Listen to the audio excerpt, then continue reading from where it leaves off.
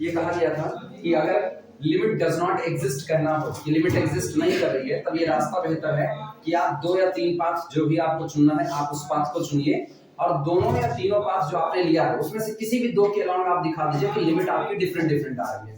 Different limit का मतलब है कि आप पाथ डिपेंडेंट हो चुके हो, जबकि आपको होना क्या था, पाथ इंडिपेंडेंट होना था। तो अगर डिस्टिंक्ट पाथ के अलोंग आई हुई लिमिट भी डिस्टिंक्ट हो गई तो ऐसे केस में लिमिट एग्जिस्ट नहीं कर सकती है, एक बात। लेकिन अगर इन दोनों पाथ के अलोंग आई हुई लिमिट आपस में बराबर हो गई तब पर भी हम नहीं कह सकते कि लिमिट एग्जिस्ट करेगी, नहीं कह सकते। रीजन तीसरा पाथ हो सकता है, तीसरे पाथ के अलावा कैसा है, डिफरेंट आ जाए। तो इसलिए ये दिखाने के लिए कि लिमिट डज नॉट एग्जिस्ट ये रास्ता बेहतर है, लेकिन लिमिट एग्जिस्ट करेगी इसके लिए ये रास्ता बेहतर नहीं हो सकता। तब आखिरी लाइन लिखी गई थी, in order to prove that a limit does not exist, इस व्यवस्था को दिखाने के लिए कि लिमिट एग्जिस्ट नहीं करती है, we use हम इस्तेमाल करेंगे एप्सिलॉन डेल्टा डिफिनेशन डायरेक्टली। इसके बाद लिखा this requires, अब एप्सिलॉन डेल्टा डिफिनेशन आपसे जो चाहता है उसकी बात चल रही है। this requires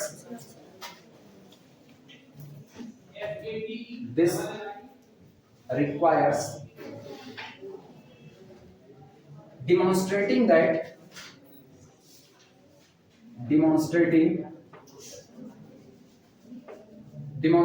demonstrate का मतलब होता है ना दर्शाना या दिखाना। demonstrating that for every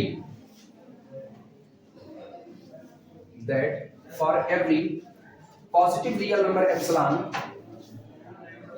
for every positive real number epsilon there exists an appropriate, एक उपयुक्त नंबर डेल्टा भी मौजूद होगा, an appropriate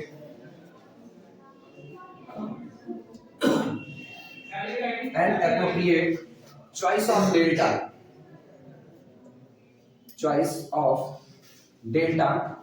that meets the requirement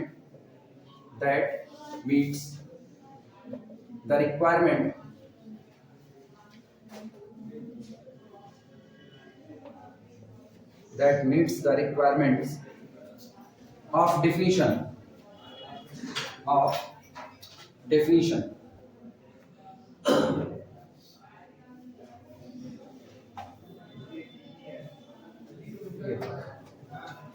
जब आपको एप्सिलॉन डेल्टा डिफिनेशन का इस्तेमाल करना है तो ये आपसे केवल एक बात कहता है कि आपके द्वारा चुने गए किसी भी एप्सिलॉन के लिए आपके पास यहीं पर एक एप्रोप्रिएट डेल्टा मौजूद होगा। हम पहले ही कह चुके हैं delta depend on the epsilon, और जब डेल्टा एप्सिलॉन पर डिपेंड करता है तो जैसे जैसे हम एप्सिलॉन को बदलेंगे वैसे वैसे कौन चेंज होगा, डेल्टा। अगर किसी पर्टिकुलर एप्सिलॉन के लिए हमको कोई डेल्टा नहीं मिलता है तो इसका मतलब है लिमिट एग्जिस्ट नहीं करेगी। लेकिन अगर मेरे चुने गए हर एप्सिलॉन के लिए हमको डेल्टा मौजूद है, डेल्टा एग्जिस्ट करता है, तो ऐसे केस में लिमिट एग्जिस्ट करेगी और फंक्शन fx की लिमिट कौन होगी, कोई कॉम्प्लेक्स नंबर कैपिटल L होगा। इतना था, ठीक। अब एक न्यूमेरिकल उठा रहे हैं, उसी न्यूमेरिकल में दिखा रहे हैं एप्सिलॉन डेल्टा डिफिनेशन किस तरीके से अप्लाई की जाती है। लेकिन याद रखना ये भी बहुत एप्रोप्रिएट वे नहीं होगा ना, ये इनकन्वीनियंट होता है एप्सिलॉन डेल्टा का बार-बार इस्तेमाल करना, मुश्किल काम है किसका। हाँ, पूछने के वो पूछ लेते हैं ना, हम लोगों के टाइम में एप्सिलॉन डेल्टा के 2 न्यूमेरिकल पूछे गए थे। हम लोग एक रियल का था एक कॉम्प्लेक्स का था ना, मतलब दोनों जगह मिला करके एक एक पूछा हुआ था। उसके बाद से फिर धीमे धीमे बात तो वही है ना, जब लोग पढ़ाते ही नहीं एप्सिलॉन डेल्टा तो पूछना धीमे धीमे कम हो जाता है। लेकिन अगर कोई पुराना टीचर पा गया तो चूंकि कोर्स का हिस्सा है इसलिए वो पेपर में रख सकता है, by use of epsilon delta definition prove that limit of this function is equal to this. या कभी-कभी ना कंटीन्यूटी या डिफरेंशिएबिलिटी को भी एप्सिलॉन डेल्टा से जोड़ दिया जाता है, लेकिन नॉर्मली ना केवल लिमिट के लिए एप्सिलॉन डेल्टा का इस्तेमाल किया गया है, कंटीन्यूटी डिफरेंशिएबिलिटी नहीं। एक्चुअली इतना पूछने के लिए उनके पास पड़ा है ना, एनालिटिक्स से ही उनको हार्मोनिक कॉन्जुगेट पूछना है, एनालिटिक्स से उनको सबसे पहले जो मोस्ट इंपॉर्टेंट चीज पूछनी है इस पूरे चैप्टर से कासी-रीमान इक्वेशन पूछना है। इस पूरे चैप्टर में सबसे ज्यादा इंपॉर्टेंट पूछा है तो कासी-रीमान इक्वेशन है। कासी-रीमान इक्वेशन के अलावा कोई फंक्शन एनालिटिक है नहीं है, इसके ऊपर का न्यूमेरिकल आपसे पूछा जाएगा। जो फेमस है कोई है, तो उसके बीच में ना ये जो एप्सिलॉन डेल्टा डिफिनेशन वाली बात आई ये एकदम किनारे कहीं दबी रह गई और लोग सब एनालिटिक की शुरुआत करते हैं, एनालिटिक से ही पढ़ाने लग जाते हैं, तो पढ़ाई ही नहीं करते, तो एप्सिलॉन डेल्टा डिफिनेशन पूछना लोग बंद कर दिए। हालांकि है कोर्स में, इसलिए एक बार ना निगाह से वो करके गुजर जाए ज्यादा। अच्छा, दूसरी रिक्वायरमेंट बताएं क्या है, एप्सिलॉन डेल्टा की दूसरी रिक्वायरमेंट ये है कि अगर आपको एक बार एप्सिलॉन डेल्टा समझ आ गया कि डेफिनेशन के अकॉर्डिंग किस तरीके से एप्सिलॉन के लिए डेल्टा एग्जिस्ट कराया जाता है, आगे जितनी थ्योरम प्रूफ होंगी उनमें से तुम मान करके चलो 70% थ्योरम एप्सिलॉन डेल्टा का इस्तेमाल करते हैं। 70% मतलब तुम कल को कॉची-गॉर्सेट लेमा पे जाओगे तो कॉची-गॉर्सेट लेमा वो भी एप्सिलॉन डेल्टा का इस्तेमाल करेगा। देख ही चुके हो रियल वाले हिस्से में जहां जहां जरूरत पड़ती है एप्सिलॉन डेल्टा का इस्तेमाल करते हैं। अगर तुमको एप्सिलॉन और डेल्टा के बीच का रिलेशन और ये दोनों किस तरीके से अपना काम कर रहे होते हैं ये नहीं आया तो इसका मतलब तुमको न्यूमेरिकल तो आ गए, थ्योरम की समझ नहीं आई। तुम थ्योरम के लिए केवल कहते आ रहे हो इस एप्सिलॉन के लिए ये डेल्टा, इस एप्सिलॉन के लिए ये डेल्टा। जानोगे कैसे कि डेल्टा एप्सिलॉन पर डिपेंड करता है और किसी एप्सिलॉन से डेल्टा किस तरीके से रिलेटेड है। ये बात समझने के लिए कुछ ना कुछ तो देखना पड़ेगा, इसीलिए हम एक ही न्यूमेरिकल भी कराएंगे और ज्यादा नहीं कराएंगे। रीजन है खोज लोगे ना तो मेरे ख्याल से जेएन सर को नहीं करते, जेएन सर करवा देते हैं क्योंकि हम लोग पढ़े हुए इसलिए जानते जेएन सर करवा देते हैं। बाकी मान के चलो ना कोई नहीं होगा जो तुमको एप्सिलॉन डेल्टा पढ़ाएगा, कोई नहीं होगा, सब जान रहे एप्सिलॉन डेल्टा किनारे रखो। सर अनसॉल्व में सीक्वेंस वाला चैप्टर। हां एप्सिलॉन डेल्टा पे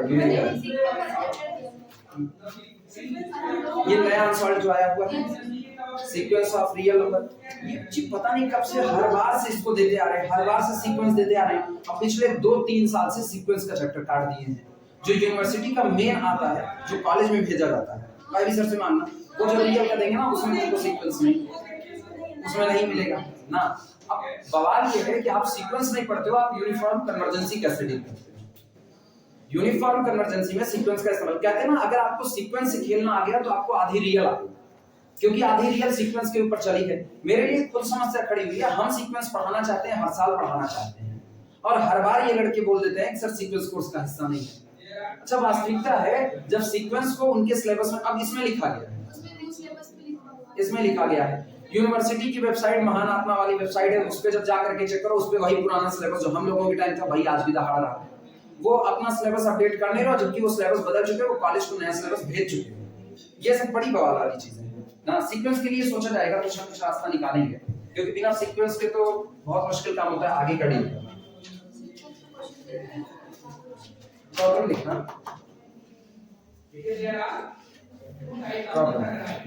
प्रूव दैट, सिद्ध कीजिए,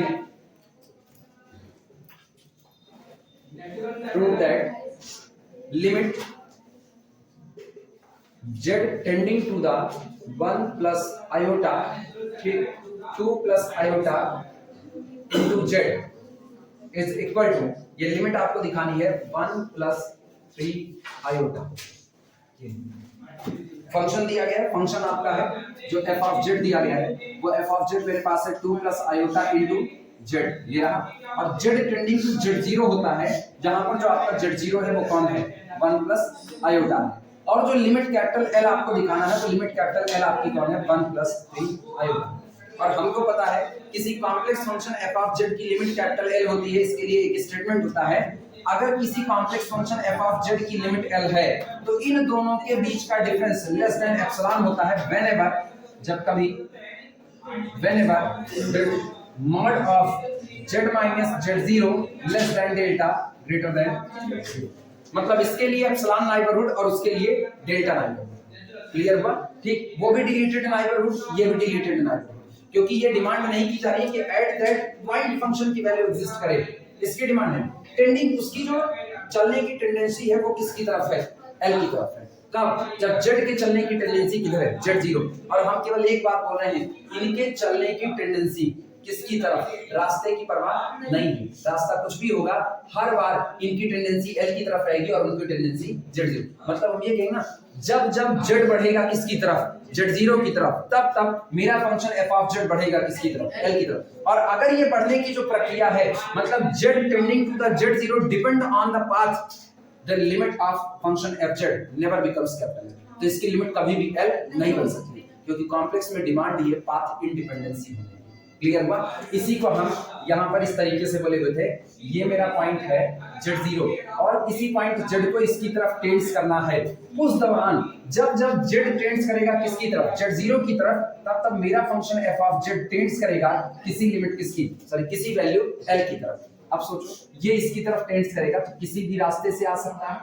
जब किसी भी रास्ते से आ सकता है तो सोचो इनफाइनाइट कर्व होंगे जो z0 से गुजरेंगे। तब हमने कहा था इसके चारों ओर एक डिलीटेड नाइबरहुड बना लो किसका, डेल्टा।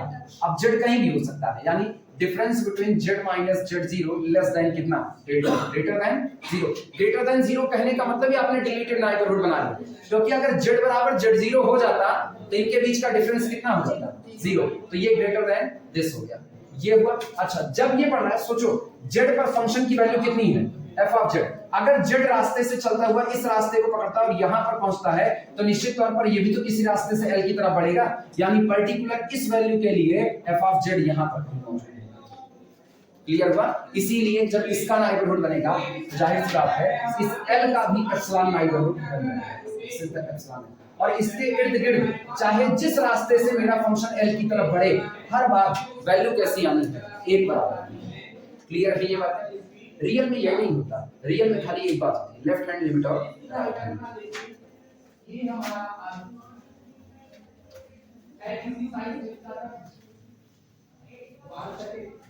इसका आइडिया लिख लो सबसे पहले। इसका मेन आइडिया क्या है, सॉल्यूशन लिखना और सॉल्यूशन में लिख देना आइडिया, और बाद में हम इसको घेरा मार देंगे। ठीक, ये केवल और केवल काम करने का मेरा तरीका है, किस तरीके से हम काम करें। काम करने का तरीका सबको पता है, किसी पर्टिकुलर एप्सिलॉन के लिए हम डेल्टा को एग्जिस्ट कराएंगे। अगर मेरे द्वारा चुने गए एप्सिलॉन के लिए डेल्टा एग्जिस्ट कर जाता है तो चूंकि एप्सिलॉन आर्बिट्री क्वांटिटी है, आप जब जब एप्सिलॉन चुनोगे तब तब आपको एक डेल्टा मौजूद हो जाएगा, और तब आप कह सकते हो कि आपके फंक्शन 2 प्लस आयोटा z की लिमिट कितनी हो जाएगी, 1 प्लस 3 आयोटा। क्लियर है? ठीक, लिखना है इसमें for a given value of epsilon, epsilon की किसी दी गई वैल्यू के लिए, for a given value of epsilon, epsilon की किसी दी गई वैल्यू के लिए we need, हमको चाहिए, we need to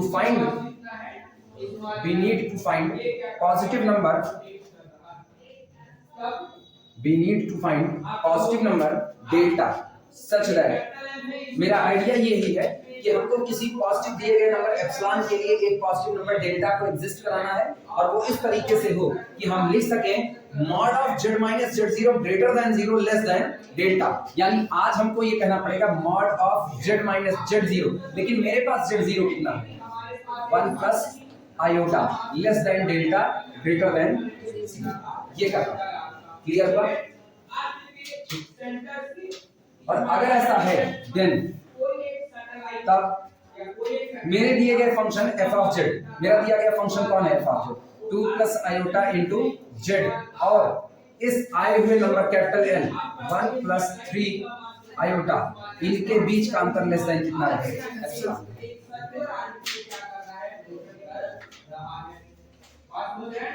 हमने एज्यूम किया, हमने कहा कि हमारे पास एक सैटेलाइट थी जिसका मान कितना था, m था, तो इसका मतलब हम चलेंगे कहां से, ये सुनना बड़ा इंटरेस्टिंग फैक्ट है इसका। मतलब हमको चलना यहां से पड़ेगा, हम ये लेकर के चलेंगे कि माना 2 plus iota z minus 1 plus 3 iota, 2 plus iota z minus 1 plus 3 iota less than epsilon, इसको लेकर के चलेंगे। स्टार्टिंग हम यहां से करेंगे और तब तक चलते रहेंगे जब तक हम ये क्वांटिटी ना बनाएं। Mod of z minus 1 plus iota less then something, वो जो समथिंग बनेगा ना वही मेरा कौन होगा, डेल्टा। फिर बात सुनना, शुरुआत यहां से होगी, हम शुरुआत करेंगे z plus 2 plus iota into किससे, z minus 1 plus 3 iota mod less than epsilon. यहां से शुरू करो, इसमें जोड़ तोड़ करो, जोड़ तोड़ करते हुए तुम्हारे दिमाग में केवल एक बात रहनी चाहिए, कुछ कॉमन करो, कुछ से किसी से डिवाइड करो, आप इसके ऊपर मॉड की जो इनइक्वालिटी होती है उसको अप्लाई करो। चलते चलते चलते चलते जब तुम इसको बदलोगे तो ऑलरेडी ये क्वांटिटी भी थोड़ी थोड़ी बदलेगी नहीं। जैसे यहां से कुछ कॉमन किए, मान लो पूरे में से 8 आया, 8 को हमने कॉमन किया, तो उस 8 को यहां भेजेंगे कि नहीं भेजेंगे, तो एप्सिलॉन बाई 8 बन गया उधर कि नहीं बन गया, जो एप्सिलॉन बाई 8 बन गया हो सकता है वही मेरा डेल्टा बन गया। यानी शुरुआत इससे होगी, और दिमाग में बस एक बात रहेगी, ये बदलता है बदलने दो, हमको कोई फर्क नहीं पड़ता, लेकिन इसको रिड्यूस करते करते कहां पहुंचाना है, यहां। यानी z को तन्हाई वर्ड में अकेला डाल करके z का कोएफिशिएंट जो 2 प्लस आयोटा है इसको कितना बना देंगे, 1। यहाँ बनेगा z और इसे जोड़ तोड़ करके यहाँ पर बना लेंगे कितना 1 प्लस आयोटा। उस दौरान ये जो नजर आएगा वो आपका कौन होगा, डेल्टा होगा। तो हम शुरुआत किए हैं लेस देन एप्सिलॉन से और पहुंच गए हैं लेस देन कहां तक, डेल्टा को। यानी चुने गए किसी पर्टिकुलर एप्सिलॉन के लिए हमने किसको एग्जिस्ट करा लिया, डेल्टा। इसका मतलब मेरे फंक्शन की लिमिट कौन होगी, 1 प्लस 3 होगा। क्लियर है ये बात? बहुत तिकड़म वाला काम इसका होता है, लिखना अभी इसी आइडिया में ही लिखना है। So start with the inequality, so start with the inequality, so start with the inequality, so start with the inequality mod of 2 plus iota z minus 1 plus 3 iota less than epsilon। यहां से शुरुआत होगी, ठीक, and continue और लगातार आगे बढ़ते रहो, एंड कंटिन्यू अंटिल, तब तक बढ़ते रहो अंटिल इट इन्वॉल्व्स, जब तक ये अपने अंदर इसको ना इन्वॉल्व कर ले, किसे, ये वाली quantity, until it involves mod of z minus 1 plus iota less than delta, नहीं सॉरी लेस देन डेल्टा, बस इतना, जब तक ये यहां तक ना आ जाए। और यहां तक आ गई तो जो आगे मिलेगा वो मेरा कम होगा, डेल्टा होगा। कई लोग ना लापरवाही वाले पे आ गए, उनको लग रहा है कॉम्प्लेक्स से लेक्चर तो मिल ही जाएगा, अब अपलोड नहीं होगा लेक्चर। अब लेक्चर मेरे लैपटॉप में पड़ा रहेगा, बाद में अपलोड होगा जब हम पूरा एक चैप्टर पार हो जाएंगे। कई लोग मान लिए हैं ना, ये सहूलियत किसी को दे दो ना तो सबसे खराब काम यही होता है। अब उनको लगता है बेवकूफों को कि वो घर बैठ करके समझ लेंगे, घर बैठ करके समझना आ जाता ना तो शायद हम पूरा कॉम्प्लेक्स अब तक पढ़ा चुके होते ऑनलाइन। मेरे लिए दिक्कत नहीं है, हम तो वैसे इसको अपलोड कर रहे हैं कि सबके पास पहुंच जाए ना। हम बना रहे हैं केवल इसलिए एग्जाम के टाइम में दिक्कत लगे तो फला लेक्चर खोल करके उतना सुनो, एक बार सुना हुआ रिकॉल जल्दी होता है। तो यहाँ सब एकदम इत्मीनान से बैठ गए। अब ये पूरी बातें जो लिखी गई है ना, इसको गिना, ये गिना, इसका कोई लेना देना अपने से नहीं, ये केवल हम तुमको एक हिसाब से कह सकते हैं ना, केवल वर्किंग रूल बताएंगे।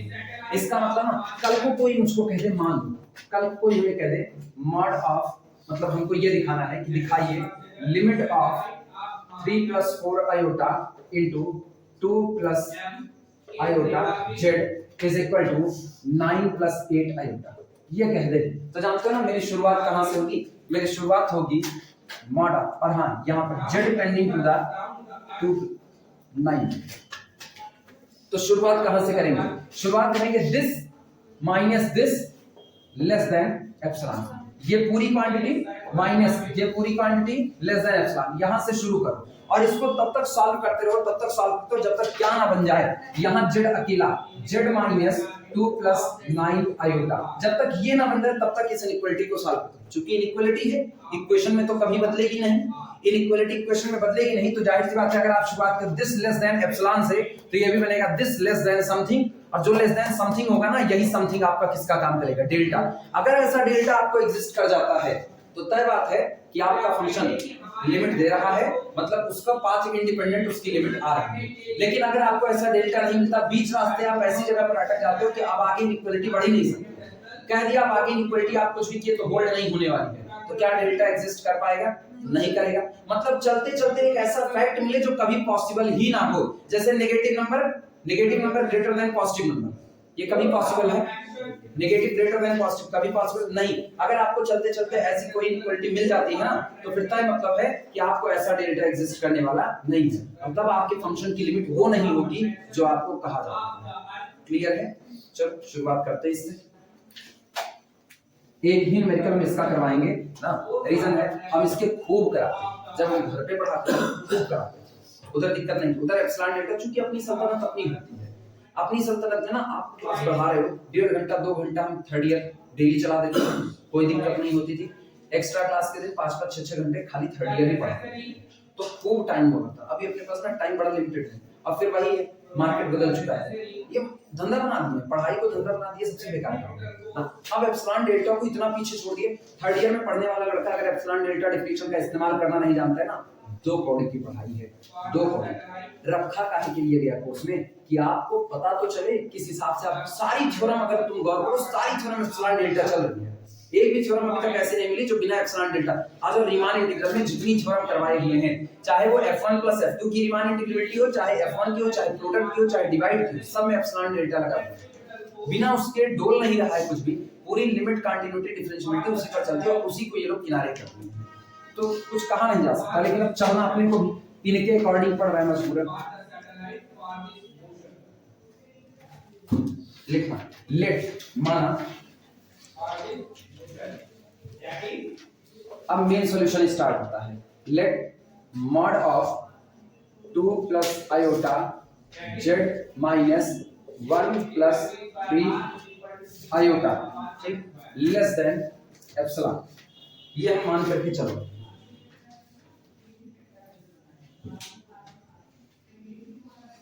जाना कहां तक है वो याद है ना, जाना यहां तक है। मॉड ऑफ z - 1 + आयोटा, यहां तक पहुंचना, मतलब z का कोफिशिएंट कितना चाहिए 1। चलो z का कोफिशिएंट 1 बना रखे, मेरे दिमाग में एक काम है 2 + आयोटा कॉमन कर लिया जाए, कॉमन करें, लिखना this implies that mod of 2 + iota को कॉमन किया, ब्रैकेट के अंदर में लिखना z - 1 + 3 आयोटा अपॉन 2 + आयोटा और दिस क्वांटिटी लेस देन कितना एप्सिलॉन।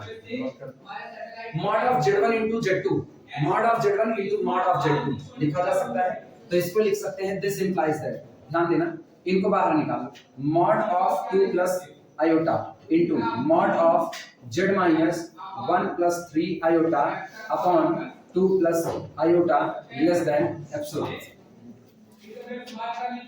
और पूरे को नाम दे दो इक्वेशन नंबर 1, इस पूरे को नाम देना इक्वेशन नंबर 1।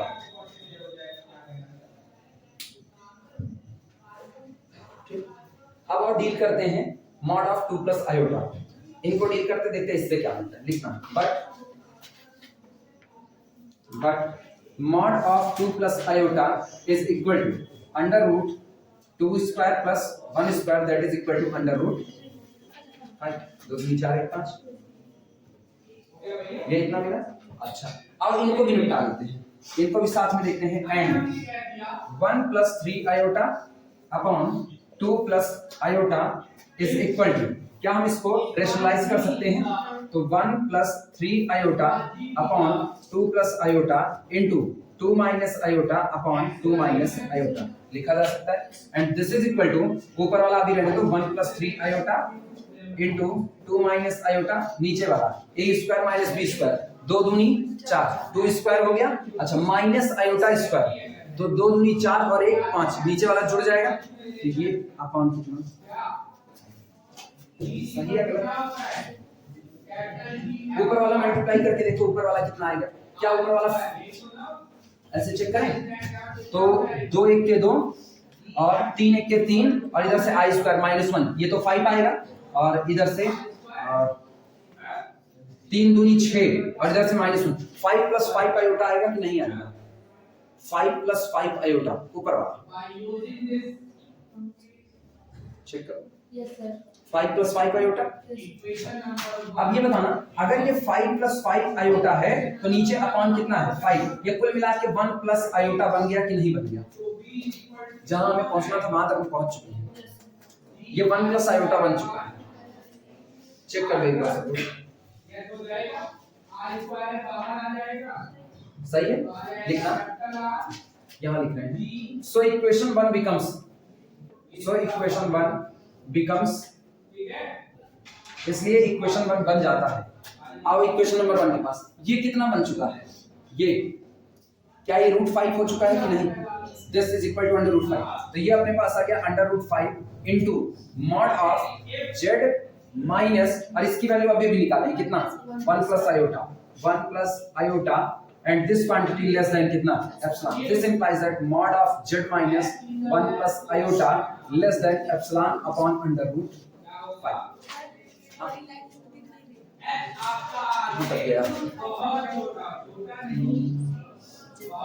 अच्छा, ये उस पे आ गया होगा, एरिया 51, यही वाली नहीं दिख रही ना, यही सो इक्वेशन 1 बिकम्स, इस पे खींच लेते हैं बस।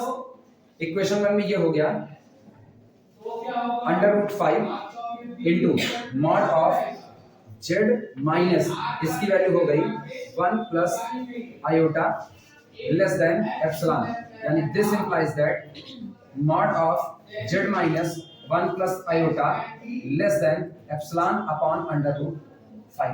ये दिख रहा है ये वाला?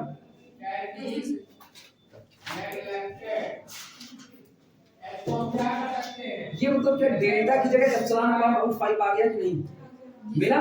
अच्छा अब अपने दिमाग में सोचो, अगर तुम एप्सिलॉन इज इक्वल टू 1/5 ले लो थोड़ी देर के लिए, आर्बिट्री है एप्सिलॉन, आप कुछ भी ले सकते हो। अगर तुमने एप्सिलॉन इज इक्वल टू 1/5 ले लिया तो यहाँ भी एप्सिलॉन 1/5 होगा कि नहीं? नया डेल्टा मौजूद होगा कि नहीं? एप्सिलॉन इज इक्वल टू 1/2 ले लो यहाँ पर, तो नया वाला डेल्टा यहाँ मौजूद हो जाएगा कि नहीं? करना क्या है, जो एप्सिलॉन यहाँ पुट करो वही एप्सिलॉन यहाँ पुट करो। अगर यहाँ का एप्सिलॉन वेल डिफाइंड रखा जा रहा है तो ये भी वेल डिफाइंड क्वांटिटी है कि नहीं है? यानी आपके द्वारा चुने गए हर एप्सिलॉन के लिए आपको एक डेल्टा एग्जिस्ट कर रहा है कि नहीं? एप्सिलॉन डेल्टा डेफिनेशन होल्ड करनी, क्योंकि वो डेफिनेशन यही तो कहती है for every choice of epsilon we always find a delta.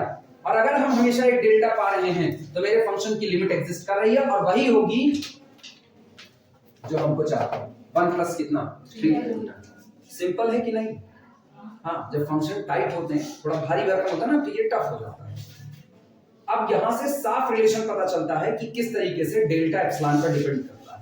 Real में फिगर बना करके दिखाए, ठीक है? इसमें ऐसे भी नजर आ रहा है, आप जो मर्जी वो एप्सिलॉन चुनो, तुमको डेल्टा निकालने की जरूरत नहीं। अब डेल्टा तुम्हारा निकला बैठा है। अगर एप्सिलॉन है तो डेल्टा है एप्सिलॉन अपॉन √5, मतलब कुछ नहीं करना, जो एप्सिलॉन चुनो उसमें √5 से डिवाइड कर दो, आपका डेल्टा तैयार। सोचो हम एप्सिलॉन बराबर ले रहे हैं 1/10, एप्सिलॉन इज इक्वल टू 1/10, तो डेल्टा कितना होगा? 10√5 होगा। 1/10√5। एप्सिलॉन इज इक्वल टू 1/100, तो डेल्टा कितना होगा? 1/10 into 100, 1/100 into √5 होगा। क्लियर है बात? लिखा जाए, लिखना लैंग्वेज लिखना। दिस रिड्यूसेस, यहां से हम बता रहे हैं डेल्टा क्या लेंगे। दिस रिड्यूसेस, सर रिड्यूसेस नहीं, रिड्यूसेस का मतलब परिवर्तन होता है। दिस इंडिकेट ये इशारा करता है, बताता है। This indicate that we should take delta is equal to epsilon by √5. This indicates that we should take delta is equal to epsilon upon √5। हो गया? अच्छा ये तो याद है ना, डेल्टा की चॉइस यूनिक नहीं है, तो इसको लिखने की कोई जरूरत नहीं है। Delta depend on the epsilon, ठीक? लाइन चेंज करके लिखना। So for given epsilon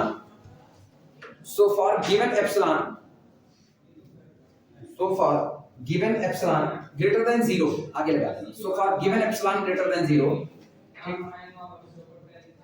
let delta is equal to epsilon by √5. So for given epsilon greater than 0, let delta is equal to epsilon upon √5.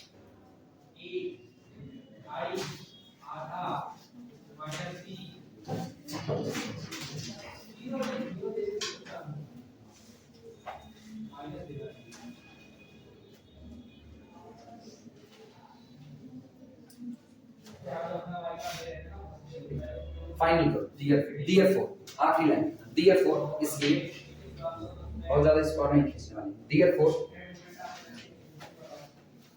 ये सामने लिखा गया mod of 2 plus iota z minus 1 plus 3 iota less than epsilon।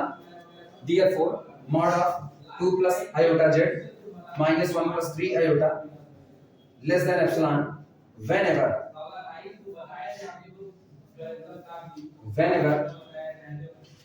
आगे जानते हो whenever की बात क्या है? less than epsilon whenever क्या लिखें? mod of z minus 1 plus iota कितना? greater than 0 less than epsilon upon √5। अच्छा जब आप ये बात लिख पा रहे हो किसी भी एप्सिलॉन के लिए, हमने एप्सिलॉन को कोई पर्टिकुलर वैल्यू नहीं दी है, एप्सिलॉन आपकी जो मर्जी बोले लो, ये हमेशा एग्जिस्ट करेगा। क्लियर हो गया? और अगर आप ये लिख पा रहे हो तो दिस इंप्लाइज दैट, इसका मतलब क्या हुआ? इसका मतलब हुआ limit of the function 2 plus iota z is equal to कितना? 1 प्लस 3 आयोटा। कब? जब z tending to the 1 plus iota. ये है एप्सिलॉन डेल्टा डेफिनेशन से किसी फंक्शन की लिमिट को एग्जिस्ट कराना। कोई मतलब ही नहीं, आपको पाथ की जरूरत ही नहीं पड़ी, क्योंकि आप डेफिनेशन को फॉलो कर लिए। For every epsilon we always find a delta, हमको हमेशा डेल्टा। अच्छा पता है इसको निकालने के दौरान ना कहीं ऐसा तिकड़म हो जाता ना, एप्सिलॉन अपॉन 0 बैठ जाता है। अनडिफाइंड हो गया कि नहीं? एप्सिलॉन अपॉन 0 करते अनडिफाइंड हुआ, और उस दौरान सोचो आप जिस एप्सिलॉन को लेकर के चले उससे आपको एक ऐसी क्वांटिटी मिली जो खुद कैसी थी? अनडिफाइंड। तो क्या डेल्टा प्रोड्यूस हो पाया? नहीं हो पाया। ऐसे केस में फंक्शन की लिमिट ये ना हो। एप्सिलॉन ग्रेटर देन 0 होगा।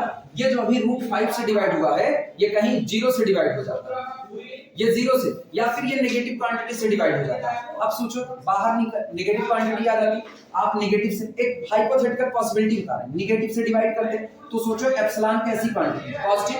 आप डिवाइड कर रहे हो इससे नेगेटिव, होल क्वांटिटी कैसी हो गई? नेगेटिव। लेकिन मॉड वाली क्वांटिटी पॉजिटिव। क्या पॉजिटिव नेगेटिव से छोटा होता? नहीं। अनडिफाइंड चीजें आ गई कि नहीं आ गई? इसका मतलब एक ऐसी कंडीशन आई जो इम्पॉसिबल है, यानी आपके द्वारा चुने गए एप्सिलॉन के लिए आपको डेल्टा मौजूद नहीं हो पाया, डेल्टा एग्जिस्ट नहीं किया।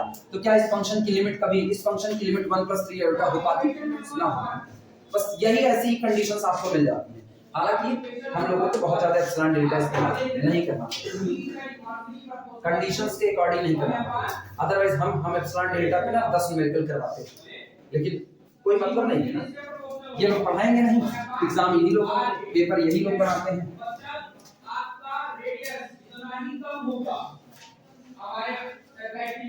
कहते हैं ना अगर आपको किसी चीज को बर्बाद करना हो आप धीमे धीमे उसको इग्नोर करना चालू करें, बस इग्नोर करते करते वो चीज अपने आप बर्बाद हो जाएगी। यही लाइन आगे बढ़ा दें।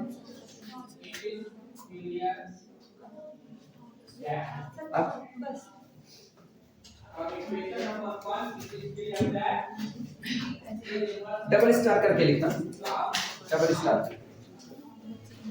बोले। But epsilon delta definition does not provide, but हर बार बताते चल रहे हैं कि क्यों हम बार बार एप्सिलॉन डेल्टा डेफिनेशन का इस्तेमाल नहीं कर सकते हैं, इसको भी बताते चलेंगे। But epsilon delta definition, epsilon delta definition, but epsilon delta definition does not provide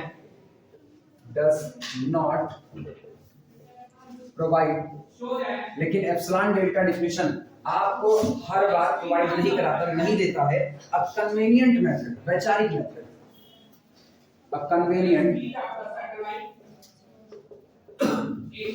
का एक मतलब ना उपयुक्त होता है, ज्यादा सही तो उपयुक्त है। आपको एक उपयुक्त मेथड ये नहीं दे पा रहा है क्योंकि बार बार आपको यही पूरी कैलकुलेशन करनी है, कभी बना पाए कभी ना बना पाए, ये भी तो पॉसिबिलिटी है। चलो आज तो बन गया बड़ा सिंपल सा फंक्शन, हम इसी फंक्शन को बढ़ा करके कुछ ऐसा कर दिया ना, z की power 4 plus 4z cube plus 2z square और उसके बाद प्लस 1/2z ऐसा लिख दिया। अभी तो बवाल हो गया, क्या कॉमन करो क्या ना करो, तब वहां पर कहा जाएगा ना कि ये बहुत ज्यादा उपयुक्त मेथड नहीं हो सकता है। उसके लिए फिर वो रियल और इमेजिनरी पार्ट वाला हिस्सा आ जाएगा। But epsilon delta definition does not provide a convenient method for computing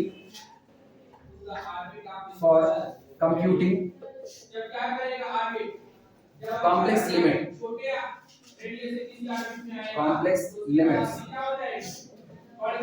लेकिन एप्सिलॉन डेल्टा डिफिनेशन बहुत उपयुक्त मेथड आपको नहीं दे पाता है कॉम्प्लेक्स लिमिट को निकालने के लिए। लाइन चेंज करना, सो बी यूज, इसलिए हम इस्तेमाल करेंगे so be use।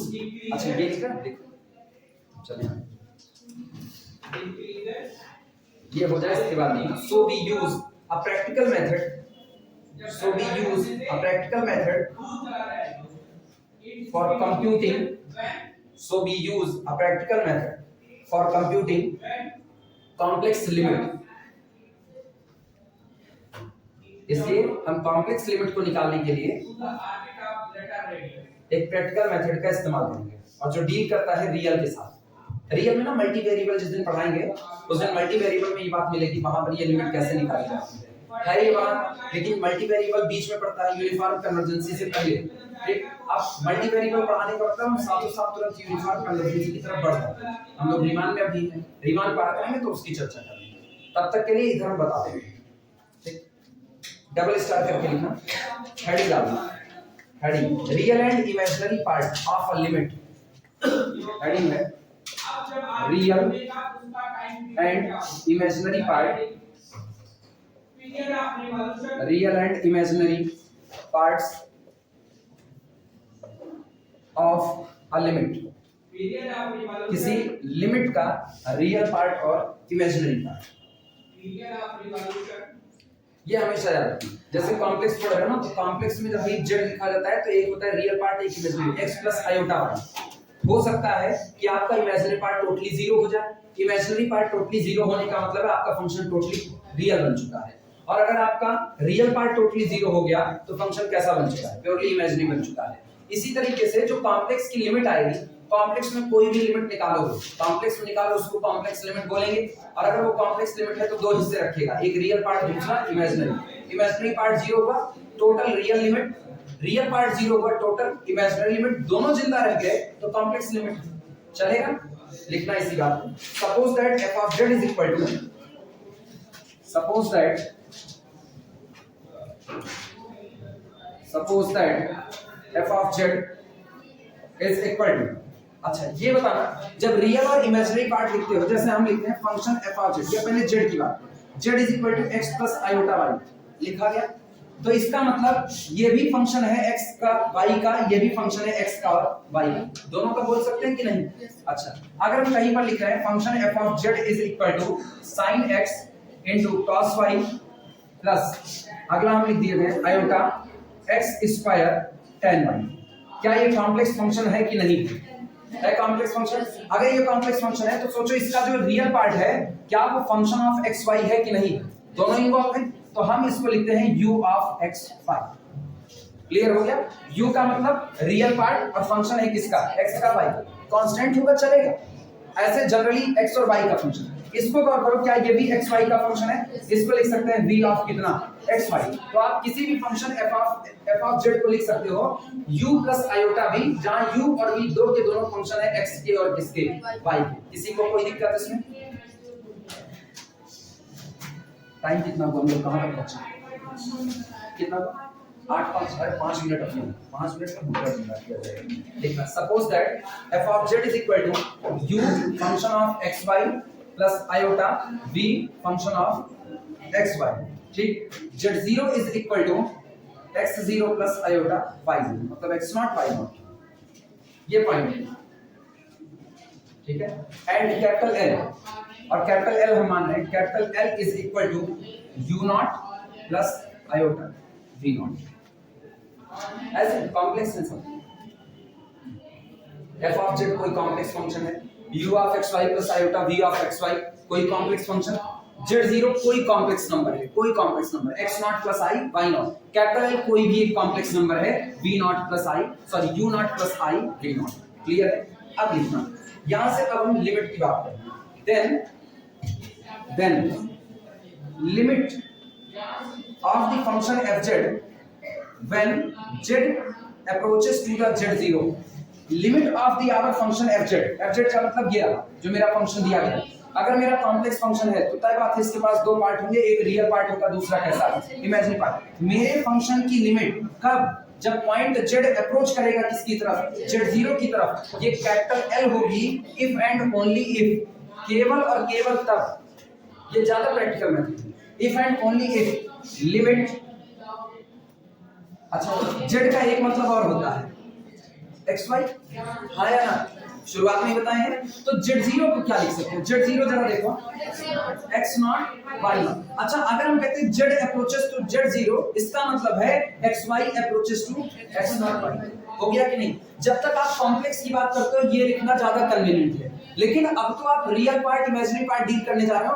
अच्छा, रियल पार्ट है तो रियल हिस्सा, हम कह रहे हैं भले इस पूरे को देखोगे तो कॉम्प्लेक्स है, लेकिन इसको देखोगे तो कौन है? रियल। अकेले v ऑफ xy को देखोगे कौन है? रियल।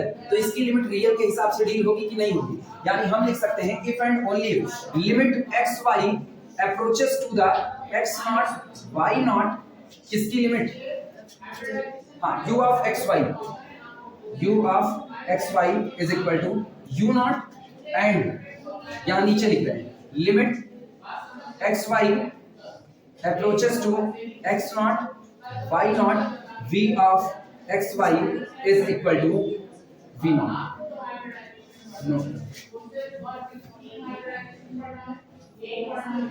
किसी complex function f of z की लिमिट कैपिटल L होगी, किसी complex function f of z की लिमिट कैपिटल L होगी केवल और केवल तब जब इसके रियल पार्ट की लिमिट कैपिटल L के रियल पार्ट के बराबर हो। इधर इधर इधर फंक्शन f ऑफ z के रियल पार्ट की लिमिट नंबर L के रियल पार्ट के बराबर हो और इसके इमेजिनरी पार्ट की लिमिट नंबर L के इमेजिनरी पार्ट के बराबर। अब ये बताओ, ये निकालना ज्यादा आसान है क्योंकि रियल में लिमिट निकालना हम लोग जानते हैं। तो एक बार रियल की लिमिट निकाल लो और कैपिटल L पे रख दो। अगर बराबर आता है तो ठीक है, नहीं आता है तो अब गौर करना। जैसे मान लो किसी ने कहा capital L is equal to 3 + 4, ये किसी ने कहा और आपसे कहा गया अपने फंक्शन f ऑफ z की लिमिट को दिखाइए 3 + 4 आयोटा होगी या नहीं, ये पूछा। तो हम क्या करेंगे, अपने फंक्शन f ऑफ z का रियल पार्ट तोड़ लेंगे। अगर मेरे फंक्शन f ऑफ z के रियल पार्ट की लिमिट 3 नहीं आती है तो फंक्शन की लिमिट कभी ये नहीं हो सकती, क्योंकि हम कंडीशन क्या लगाए हैं, इफ एंड ओनली, केवल और केवल तब जब रियल पार्ट की लिमिट कैपिटल L के रियल के बराबर हो, इमेजिनरी पार्ट की लिमिट इसके इमेजिनरी पार्ट के बराबर, तभी हो सकता है, अदरवाइज नहीं। तो इसका मतलब अगर रियल पार्ट की लिमिट 3 आ गई, इमेजिनरी पार्ट की लिमिट 4 आ गई, तो हमको कोई पाथ डिपेंडेंसी इंडिपेंडेंसी देखनी है। हम सीधे कहेंगे फंक्शन की लिमिट कितनी हो जाएगी, 3 + 4 आयोटा हो जाएगी। क्लियर हो गया? नोट करो। दौर होता था जब ये थ्योरम बाकायदा प्रूफ कराई जाती थी, यूनिवर्सिटी पूछती थी, प्रूफ कराया जाता था। यूनिवर्सिटी गायब कर दी, पूछ यूनिवर्सिटी गायब कर दी मतलब ये देवता लोग गायब कर दिए पूछना। तो जब देवता लोग पूछना गायब कर दिए, ये चीजें हैं। अब ये बस स्टेटमेंट लिखा जाता है, वो भी लिख दिया जा रहा है, यही हो गया। टाइम तो होगा नहीं मेरे पास न्यूमेरिकल कराने के लिए ना, हो गया। इसी पर रोको, कल इसका न्यूमेरिकल कराएंगे, टॉपिक्स चलने दो, ठीक है।